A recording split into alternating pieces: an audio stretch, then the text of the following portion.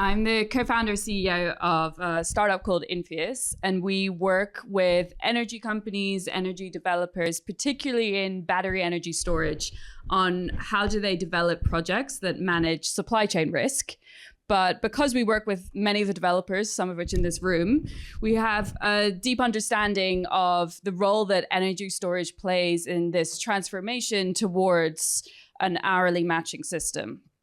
And so today I'm going to spend the next 5-10 minutes or so just talking a little bit more about why energy storage has become one of these hot topics or buzzwords in the last few years and what role it potentially plays going forward. So often when we talk about energy storage, especially today, we hear the topic around lithium-ion batteries. And so the important thing to realize from an energy storage point of view is when you're deciding what energy storage actually means and actually is needed on projects, really you tend to look at across two key spectrums if you want to simplify it. One is how much capacity do you need?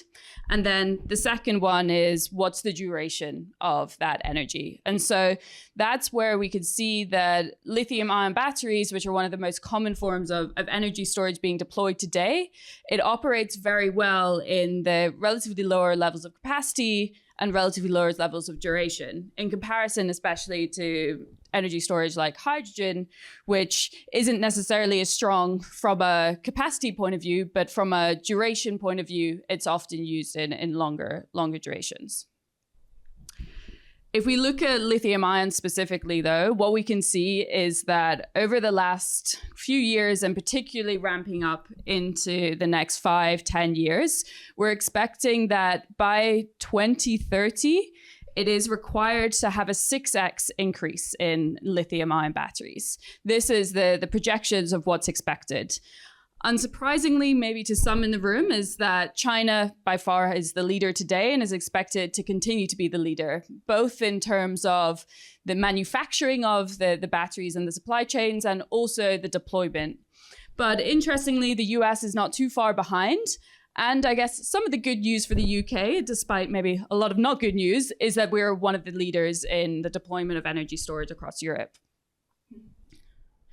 But when you dig into what actually goes into these battery technologies, the interesting thing that you see is whilst there's a lot of focus on deployment in specific regions, when you break it down of, well, what actually are these technologies? What you can find is that you have this complex set of raw materials coming from all around the world. And so depending on the exact battery chemistry used in the application, depends on exactly what the raw materials are.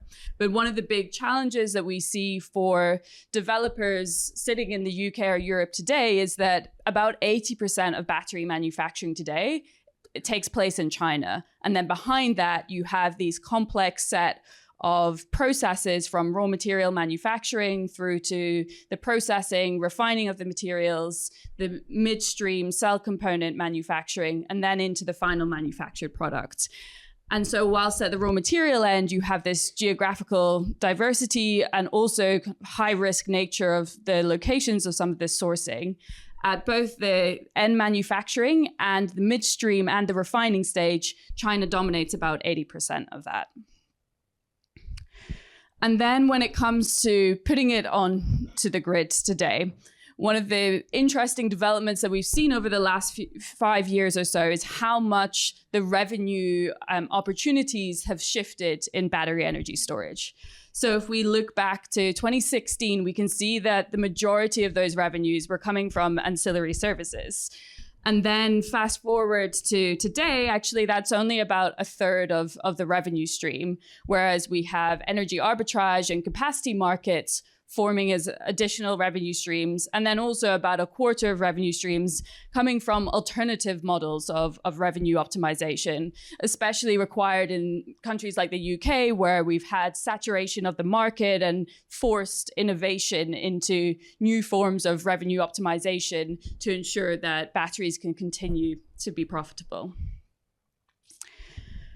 And then back to the question of why do they matter for PPAs and why do they matter today? So without BESS, renewable energy, as I'm sure most of us know, can't be controlled or be delivered on demand.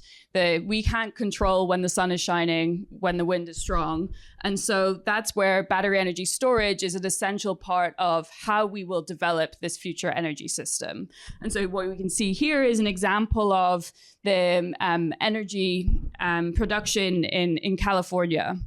And then what we can see is the overlay of their deployment of battery energy storage, where in the periods of time where up until this point, they've tended to be dependent on other forms of energy production, their application of battery energy storage is allowing them to shift away from that production. And so just to quickly wrap up, I think what I would say on energy storage is it is one of the most strong opportunities out there in terms of how we can store excess renewable power when generation is high. It releases energy during peak demand or high price periods, allowing additional revenue opportunities, especially as we have cannibalization of some renewable revenues. It allows us to build a world where renewable energy is both dispatchable and demand driven, and so that we can build a clean energy supply system that follows demand rather than following what the weather is doing today. And then where that sits in amongst PPAs is it allows us to take what PPAs are today in terms of defining how and when energy is stored and delivered, and then allows us to create new, more innovative frameworks of how we can deploy energy. So that might look like hybrid tolling or co-optimized contract models that haven't previously been possible before we had energy storage. It might look like allocating more flexibility or control and having more value being able to be exchanged between the buyers and sellers of PPAs. And so moving very much towards this world that we've been talking about today, where we can have 24/7 clean energy procurement being financially viable. I'm sure there's going to be lots more questions coming up at the end of these talks, but I'll wrap it up for there.